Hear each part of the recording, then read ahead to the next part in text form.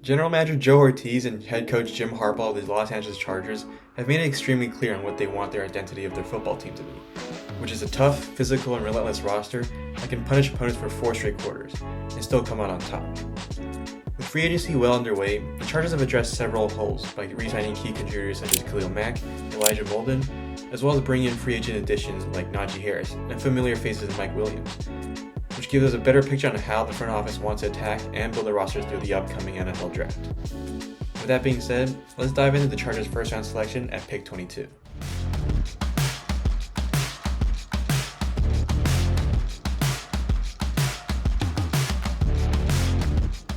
Given how deep the tight end, running back, and D-line group are this year, you can definitely grab one further down the board and still get a high quality level starter and contributor. Whereas it's more of a significant drop off at the receiver position, which is why I have the Chargers taking Emeka Egbuka, the wide receiver from Ohio State. I think that people are getting draft fatigue about Egbuka, as he's been penciled in as a first round pick since he became a starter 3 years ago. However, the 6'1", 202-pound receiver has been nothing short of exceptional, as he's put up 2,000-yard seasons when fully healthy, and finished as the all-time Buckeyes leader in receptions at 205 and second in receiving yards at 2,868. The newly minted national champ is easily one of the most polished receivers in this class, which is highlighted by his ball tracking ability, as well as a deep understanding of defensive coverages and is able to play at any spot, whether that be in the slot, X, or even at Z. Taking him here at 22 would also help unlock Ladd McConkey's ceiling, who only lined up in the slot on 26.3% of his snaps, according to Matt Harmon from Reception Perception. This would allow him to get more advantageous matchups, along with providing an insurance policy at the position when Mike Williams inevitably gets hurt. Overall, this is one of the safest picks in the draft in my opinion that strengthens one of the weakest positions on this team, while also offering Justin Herbert a reliable weapon on this offense, as well as reigniting the Michigan-Ohio State rivalry in this building, with the departure of both Joey Bosa and J.K. Dobbins.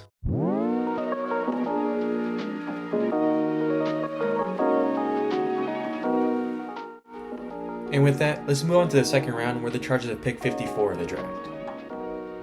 Even with the new additions of Deshaun Hand and Naquan Jones through free agency, the Chargers are still lacking that big-name headliner at defensive tackle, who has a pass rush prowess that's currently missing an interior D-line group. So with that, we're selecting Texas A&M D-tackle Shamar Turner. Not to be confused with his fellow Aggie Shamar Stewart, the 6'3", 290-pounder is an unrelenting force on the inside, where he racked up 10 career sacks. He's got a decent tool bag of pass rush moves like cross chops, swipes, and swim moves, along with a great ability to shed blocks and be a plus as a run defender. Now he'll likely fit in as a 3-4 defensive end in Jesse Minter's system, with enough versatility to line up from 2-eye all the way out to 5 technique, and really help bolster the pass rush department. With that being said though, I think his greatest attribute is his play demeanor, where he just got that dog mentality and constantly has a drive to get through the offensive line and decapitate the quarterback. His combination of pass rush upside, ability to defend the run, and mentality is just too intriguing to pass up. It should fit well with what Harbaugh is trying to build through the trenches in big and physical players. And with that, let's move on to the final pick on day 2 with pick 86 in the third round.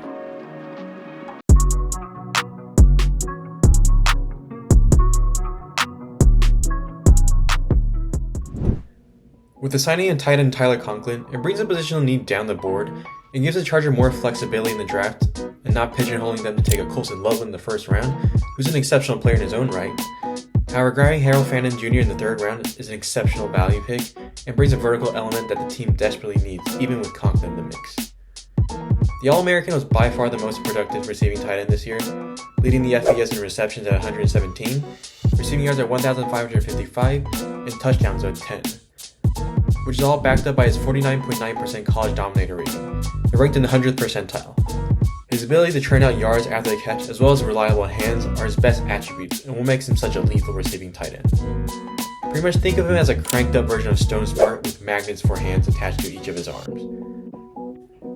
Now people are going to knock him for the level of competition he faced in the MAC, along with his limited route tree, having gotten most of his production from yak out of slants and screens.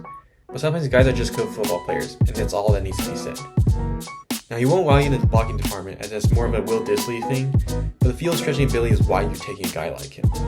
Again, we're trying to surround Justin Herbert with the best supporting cast possible, so a repeat of last year doesn't happen, where Will Dissly, who profiles more as a blocker, filled in admirably as a receiver, racking up career highs in both receptions and yards, and really was forced to be that primary guy in that group, with Hayden Hurst inactive for most of the season, and Stowe Smart providing splash plays here and there. In round 4, we're finally able to address a long-term solution at running back with Devin Neal from Kansas. He's been one of the most productive running backs in all of college football, with 3 straight 1,000-yard seasons, and is the all-time leading rusher for the Jayhawks. At 5'11" and 213 pounds, he's a capable 3-down back who's a natural receiver out of the backfield that can also pass protect while getting you those tough yards on short yard situations. The only knocks on him are that he doesn't have the long speed to break away on the second and third levels, which makes him a home run threat, and that he's not that shifty in terms of breaking out of tackles, which is why he's all the way here down in day 3. But honestly, it just shows how deep this running back class is to be able to grab a guy like Neal here, and why I felt the need to prioritize other positions early on in the draft.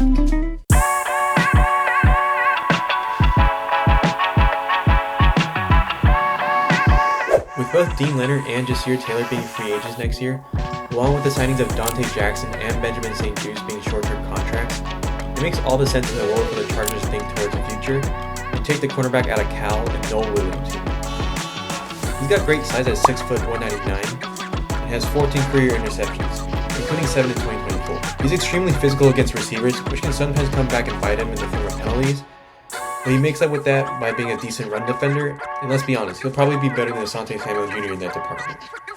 But yeah, you can never have enough corners on a roster, and even if he doesn't crack the starting lineup, he'll probably provide special team value as well as depth in the CB. Let's transition to the 6th round, where the Chargers now have 4 6th-round picks due to the compensatory pick formula.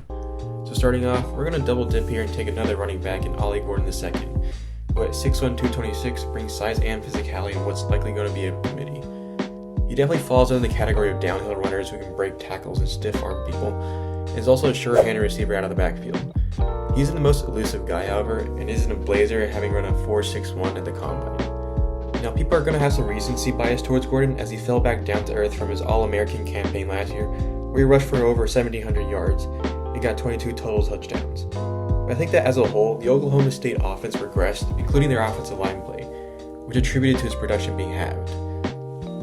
He clearly has the ability to be a quality level player at the next level, and with Najee Harris on a 1-year $5.25 million deal, the tandem he and Devin Neal can form should be a solid 1-2 punch for the future. At pick 199, we might possibly have the Tom Brady of interior offensive linemen on our hands, and Jonah Monheim, the center from USC. Again, with how the front office is structuring the roster with 1-year prove-it deals given to Andre James, you gotta start preparing the team 2 to 3 years down the road, especially with those in the 2022 draft class in Zion Johnson and Jamari Sawyer being free agents as well. But yeah, Monheim's got insane positional flexibility, having played 4 out of the 5 positions on the Trojans O-line, including over 700 snaps at left tackle, right tackle, and center, as an overall solid athlete who has exceptional football IQ.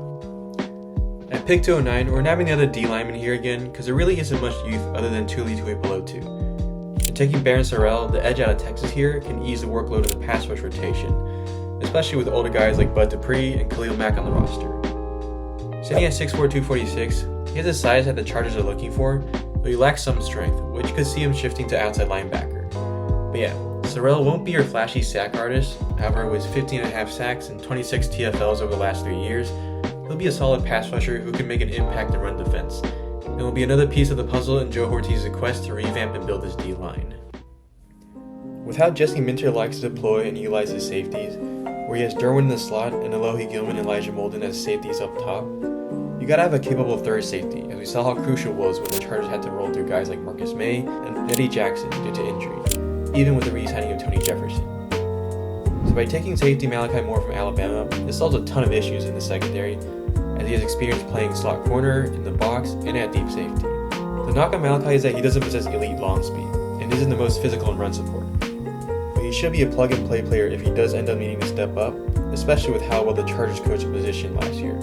Though with Chris O'Leary leaving for the DC job at Western Michigan, we'll see how that shakes out. As a testament to how deep his defensive tackle class is, we're nabbing Ty Robinson out of Nebraska with the final pick, who's an ultra-athletic player at 6'5", 288, as attested by his 9.88 RAS score. In 2024, Robinson had the best season of his career, finishing up with 7 sacks, 13 tackle for losses, 4 pass defenses, and 1 forced fumble. and generated a 10.4% pass rush win rate, according to PFF. Here in the 7th round, we're shooting for upside and hoping that they can make the team as a core special teamer or as a depth player, which I believe Robinson has a good shot at doing. But yeah, that rounds up this 7th round mock draft for the Los Angeles Chargers, and feel free to give your thoughts about this draft class and who you would have taken instead in the comments down below. Anyways, hope you guys enjoyed the video, and thanks for watching.